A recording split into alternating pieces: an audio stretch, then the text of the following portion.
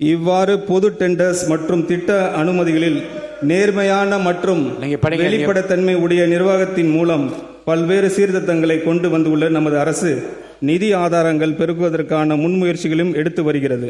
இவற்றின் ஒரு பகுதியாக மதுபான உற்பத்தி ஆலைகளுக்கான கூடுதல் சிறப்பு கட்டணத்தை அரசு அண்மையில் விதித்துள்ளது. இதன் மூலம் அரசுக்கு ஒரு ஆண்டுக்கு 1000 கோடி ரூபாய் வரை வரவு எதிர்பார்க்கப்படுகிறது. அதேபோல் சரக்கு மற்றும் சேவை வரிகளில் நேரடியாக தொடர்புற்ற ஃபேஸ்லெஸ் மதிப்பீடு, பதிவுத்துறையில் நேரடி தொடர்பு, ஃபேஸ்லெஸ் பத்திரப்பதிவு, சுரங்க நடவடிக்கைகள் கண்காணிப்பு, முடிவான என் டு என் கம்ப்யூட்டரைசேஷன், தகவல் தொழில்நுட்பத்தின் உதவியுடன் பல முன்னெடுப்புகள் அரசு எடுத்து வருகிறது. இதன் மூலம் அரசுக்கு கூடுதலாக கிடைக்கும் வருவாய் ஏறத்தாழ 15,000 கோடி ரூபாய் வரை இருக்கும் என எதிர்பார்க்கப்படுகிறது. இதன் மூலம் பல வெற்றி திட்டங்களை செயல்படுத்த முடியும். பொருளாதார வளர்ச்சியுடன் இணைந்து செல்லக்கூடிய வருவாய் வளர்ச்சி அடையவும், வருவாய் ஆதாரங்களை பெருக்கி சஸ்டைனபிலிட்டியை பராமரிக்கவும், மாநிலத்தின் வரி மற்றும் வரி அல்லாத வருவாய் அதிகரிப்பதற்கான நடவடிக்கைகள் பரிந்துரை செய்வதற்காக ஒன்றிய திட்ட ஆணையத்தின் முன்னாள் துணைத் தலைவர் திரு மான்டெக் சிங் அல்வாலியா அவர்களின் தலைமையில் 5 உறுப்பினர்களை கொண்ட வருவாய் மேம்பாட்டு குழு ரெவென்யூ ஆகுமெண்டேஷன் கமிட்டி அரசு அண்மையில் அமைத்துள்ளது. இதன் மூலம் மாநிலத்தின் நிதி சுயேட்சை பலப்படுத்தி அதன் சமூக பொருளாதார வளர்ச்சியை கடமைகளை நிறைவேற்ற தேவையான நிதி ஆதாரங்களை உருவாக்குவதை அரசின் நோக்கமாகும். பள்ளி கல்வி. கேடில் விழிச்செல்வம் கல்வி ஒருவருக்கு மாடல்ல மற்ற எவை. கல்வியே ஒருவருக்கு அழிவு இல்லாத சிறந்த செல்வமாகும். கல்வி கற்றலில் சிறந்த விளங்கி வெற்றி பெற்றவர்களுக்கு நற்சான்றுகளையும் உதவித்தொகையும் வழங்கி கௌரவிப்பவர் நமது மாண்புமிகு முதலமைச்சர் அவர்கள்.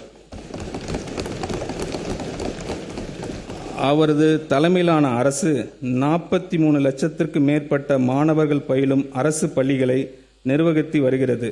இந்த பள்ளிகளில் தூய்மையான மற்றும் பாதுகாப்பான கற்றல் சூழலை உறுதி செய்வது என்பது மாணவர்களின் தரமான கல்வி பெறுவதற்கு அவர்களின் நலனுக்கு அவசியமாகும்.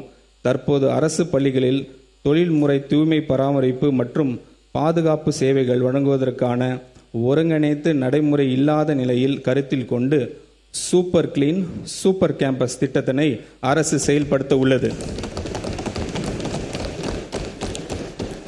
இத்திட்டத்தின் கீழ் தினசரி தூய்மை பணிகள், குடிநீர் வசதிகள் மற்றும் கழிப்பறைகள் பராமரிப்பு மற்றும் ஸ்கூல் கேம்பஸ்களுக்கு 24 மணி நேரம் பாதுகாப்பு ஆகியவை உறுதி செய்யப்படும்.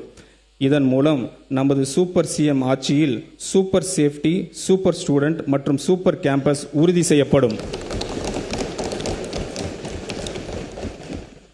முதற்கட்டமாக 10,000 பள்ளிகள் செயல்படுத்தப்பட உள்ள இந்த திட்டத்திற்காக 2026-27 ஆண்டுக்கான திருத்த வரவு செலவு திட்ட மதிப்பீடுகளில் 139 கோடி ரூபாய் ஒதுக்கீடு செய்யப்படுகிறது.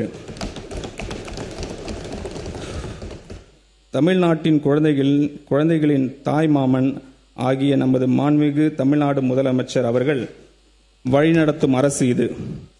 தமிழ்நாட்டு குழந்தைகள் தரமான கல்வியில் போலவே தரமான கல்வி கூடங்களும் அவசியம் என்பது இந்த தாய்மாமன் அவரது அரசும் உணர்ந்து இருக்கிறது. மாநிலம் முழுவதும் உள்ள அரசு பள்ளிகள் நவீனமயமாக்கும் நோக்கத்தில் பரிந்துரை செய்யப்பட்ட விதிமுறைகளின் அடிப்படையில் தேவையான உட்கட்டமைப்பு வசதிகளை வழங்குவதற்கான ஒரு பள்ளி நிறைவு திட்டம் அறிமுகம் செய்யப்படுகிறது.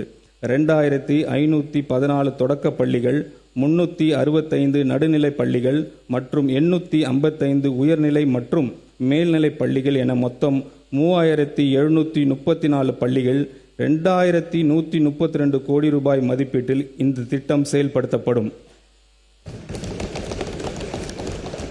இந்த ஆண்டின் திருத்த வரவு செலவு திட்ட மதிப்பீடுகளில் 300 கோடி ரூபாய் இந்த திட்டத்திற்காக ஒதுக்கீடு செய்யப்படுகிறது.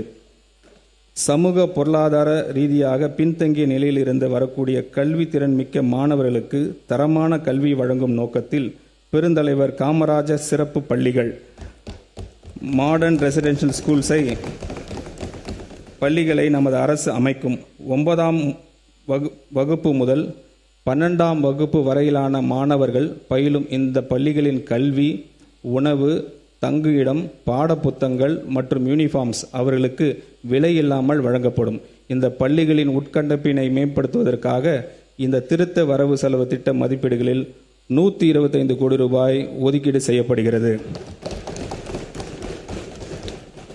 வேகமாக மாறிவரும் உலகளாவிய மற்றும் தொழில்நுட்ப யுகத்திற்கு ஏற்ப பள்ளி கல்வியின் பாடத்திட்டத்திற்கு அனுபவ ஆய்வு அடிப்படையில் எதிர்கால தலைமுறைக்கான திறன் சார்ந்த முழுமையான கல்வியாக மாற்றியமைப்பது காலத்தின் கட்டாயமாகும். இத்துடன் பகுத்தறிவு சிந்தனை, படைப்பாற்றல், நிதிசார் அறிவு, பாலின சமத்துவம், சுற்றுச்சூழல் விழிப்புணர்வு, கணினித்திறன், போட்டித் தேர்வுகளை எதிர்கொள்ளும் திறன் மற்றும் குளோபல் சிட்டிசன்ஷிப் ஆகியவற்றில் கவனம் செலுத்தும் ஒரு துடிப்பான மற்றும் முற்போக்கான பாடத்திட்டம் எதிர்காலத்திற்கு ஏற்ற தலைமுறையை உருவாக்கும் அவசியமாகிறது. தமிழ்நாட்டை கற்றல் வெளிப்பாடுகளில் முதன்மையாக மாநிலமாக உருவாக்கும் நோக்கத்தில் பள்ளி பாடத்திட்டத்தை மறுசீரமைக்கும் இந்த அரசு 25 கோடி ரூபாய் நிதி ஒதுக்கீடு செய்கிறது. சே நோ டு ட்ரக்ஸ் என்று சொன்னவர், என்றென்றும் அதை சொல்பவர் நமது மாண்புமிகு தமிழ்நாடு முதலமைச்சர் அவர்கள். ட்ரக்ஸை விடு, ஸ்போர்ட்ஸை எடு என்று சொன்னவர் நமது மாண்புமிகு தமிழ்நாடு முதலமைச்சர் அவர்கள். போதைப்பொருள் இல்லாத தமிழ்நாட்டை உருவாக்கவும் நமது இலக்கானது பள்ளிகளில் இருந்தே தொடங்குவது மிகவும் அவசியமானதாகும். இளமையில் கல் என்ற ஔவையாரின் சொல்லுக்கு ஏற்ப போதைப்பொருள் மற்றும் அவற்றின் தவறான பயன்பாடு குறித்து விழிப்புணர்வும் முன்னெச்சரிக்கையும் கல்வியும் இளம் தலைமுறையின் மனங்களில் ஆழாக பதிவு செய்யப்பட வேண்டும். இதற்கான முன்னெடுப்பின் கீழ் பள்ளிகளில் போதைப்பொருள் எதிர்ப்பு அமைப்புகளும் தன்னார்வ குழுக்களும் அமைக்கப்படும். மேலும் இது குறித்து விழிப்புணர்வு ஏற்படுத்துவதற்காக 10581 என்ற உதவி எண்ணை ஸ்கூல் கேம்பஸ்களில் தெளிவாக காட்சிப்படுத்தப்படும். இந்த திட்டத்தினை செயல்படுத்த அரசு 7 கோடி ரூபாய் நிதி ஒதுக்கீடு செய்கிறது. அத்துடன் மாணவர்களுக்கும் ஆசிரியர்களுக்கும் பாதுகாப்பாகவும் இரகசியமாகவும் தகவல் தெரிவிக்க ஏதுவாக போதைப்பொருள் இல்லா தமிழ்நாடு, ட்ரக்ஸ் ஃப்ரீ தமிழ்நாடு என்ற ஆப்பின் மூலம் போதைப்பொருள் கடத்தல் மற்றும் பயன்பாட்டு குறித்து தகவல்கள் பகிரும் வசதியுடன் உருவாக்கப்பட்டுள்ளது. தமிழ்நாட்டின் உள்ள பப்ளிக் லைப்ரரிஸ் மாநில அளவிலான டிஜிட்டல் லைப்ரரிஸ் என மாற்றம் செய்வதன் மூலம் டிஜிட்டல் அறிவு, ஒற்றை உறுப்பினர் சேர்க்கை, 24/7 வெப் மற்றும் கைபேசி வாயிலாக அணுகும் வசதி, டிஜிட்டல் உள்ளடக்கம், இலவச வைஃபை வசதி மற்றும் 38 மாவட்ட சென்ட்ரல் லைப்ரரிஸில் கோ-ஒர்க்கிங் ஸ்பேசஸ் வசதிகள் கொண்டு கற்றல் மற்றும் புத்தாக்க மையங்கள் செயல்படுத்தப்படும். இந்த நோக்கத்திற்காக பப்ளிக் லைப்ரரிஸை மறுவடிவமைப்பதற்கு இந்த அரசு 10 கோடி ரூபாய் நிதி ஒதுக்கீடு செய்கிறது. அரசு மற்றும் அரசு நிதியுதவி பெறும் பள்ளிகளில் 2026-27 கல்வி ஆண்டில் 11ஆம் வகுப்பு பயிலும் சுமார் 5.32 லட்சம் ஜென்சி இளம் தலைமுறை மாணவர்களுக்கு 277 கோடி ரூபாய் மதிப்பீடில் ஹெல்மெட் மற்றும் வாட்டர் பாட்டில் வசதிகளுடன் கூடிய நவீன பிராண்டட் சைக்கிள்ஸ் வழங்கப்பட உள்ளது. தன்னை உயிராக நேசிக்கும் ஜென்சி தலைமுறை தலைசிறந்த தலைமுறையாக வளர்த்தெடுக்க வேண்டும் என்பதில் உறுதியாக உள்ளார் நமது மாண்புமிகு முதலமைச்சர் அவர்கள். அதன் வெளிப்பாடே இந்த மேம்படுத்தப்பட்ட செயல் திட்டம். இந்த திருத்த வரவு செலவு திட்ட மதிப்பீடுகளில் பள்ளி கல்வித்துறைக்கு 44,527 கோடி ரூபாய் ஒதுக்கீடு செய்யப்படுகிறது. உயர்கல்வி தமிழ்நாட்டு நீட் தேர்வினை கடுமையாக எதிர்க்கிறது. நீட்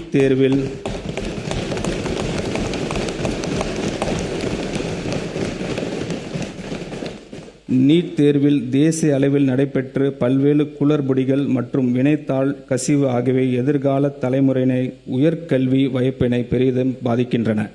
எனவே நீட் தேர்வு முறையான நடவடிக்கை ரத்து செய்து முந்தைய முறையான 12ஆம் வகுப்பு பொதுத் தேர்வின் அடிப்படையில் மருத்துவ கல்விக்கான சேர்க்கை தொடர்ந்திட ஒன்றிய அரசை தமிழ்நாடு அரசு வலியுறுத்துகிறது.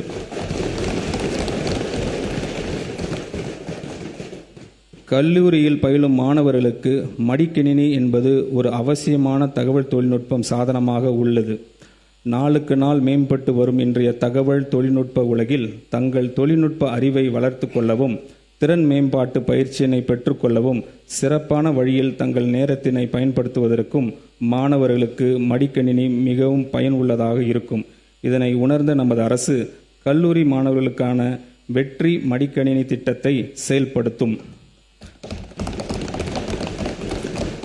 2000 கோடி ரூபாய் ஒதுக்கீட்டில் இத்திட்டம் கல்லூரி மாணவர்களின் கற்றல் திறனை மேம்படுத்தும் ஒரு கருவியாக அமையும்.